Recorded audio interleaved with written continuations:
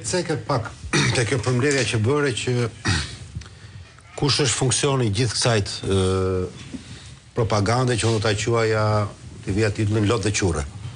Pra për çfarë duhen lotët dhe quret në një kohë që të gjitha persona që ti përmendë, ka dhe shumë tjerë, akuzohen për krime të caktuar. Pra ne kemi pa për ditë me radhë se si njerëzit i qanin hallin e Rion Veliajt se kishte përgjuar telefonin Ulësiu në Burg, se nuk i kishin lënë byrekun e mamit, për kishte ble byrek nga ajo shitja atje në Durrës. Kemi pa lot krokodili, njerëz që emocionohen, ajo pamja se kisha harruar rebelinës që qanë ke tuneli, ndërkohë që aty është për qarë dhe për të vënë kujen, sepse ka fituar 50 milion euro, me të cilat po të bësh një llogaritë thjesht, nuk e di për sa vjet do kalonin shqiptarë dhe kosovar pa pagesë atë tunelin, nëse ai 50 milion do jepë kështu si bonus në vend të pagesës që kanë caktuar për tunelin. Pra të gjitha këto janë në funksion të një gjëje që nuk është se nuk e ka arritur qëllimit. Ne prej disa kohësh, ku e kemi çuar debatin publik, e kemi çuar në a keq trajtohen apo nuk keq trajtohen në burg, a duhen gjykuar në liri apo duhen gjykuar në qeli. A janë prezumohen pafajshëm apo nuk prezumohen pafajshëm. Sa drejt, sigurisht që ky është një debat që duhet bërë patjetër. Po ky është një debat që vjen mbas një tjetri që është thelbësor dhe që na ka munguar dhe na ka mbytur këto 13 vjet. Është debati sa kanë vjedhur dhe deri ku shkon vjedhja një bande kriminale që është në pushtet.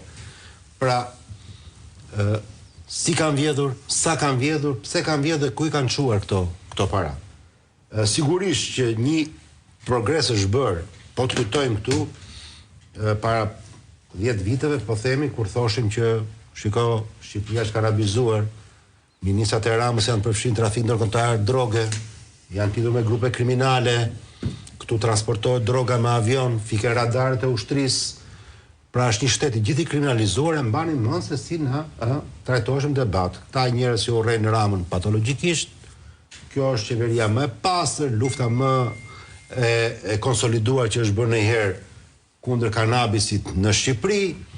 Këto janë historirat sajuara, Sali Berisha për shkakun thoshin gjithë të çmendur që mushkonjat i bën avion, e plot gjëra të këtij lloji. Njëta gjë na ndodhi kur ne thonim që ajo supa që shpërndan kryetari i bashkisë, ai deformimi i personaliteteve të artit shqiptar nuk ndodhte për shkak të një mbështetje apo angazhimi, se vetëm në Shqipëri ndodh që artistët angazhohen për mbështetjen e shtetit.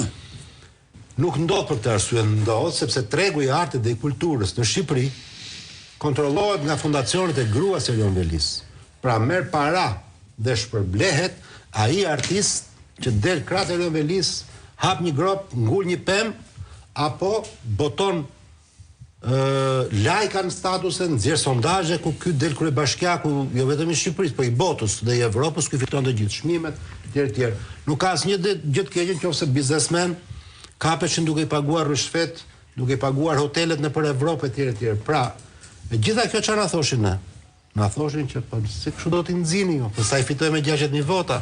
Ai është shpartalloi kundërshtarin dhe ju e nxjini imazhin e këtij njeriu që ka ndryshuar Tiranën, vetëm ky po punon. Tirana është më e pastër. Dilni nëpër Tiranë, shikoni si është Tirana realisht. Dilni shikoni se kush e bën pastrimin e Tiranës dhe kush është incineratori për cilin paguan 80.000 euro në ditë. Pra ky debat duhet pranuar që ne një lloj progresi kemi arritur.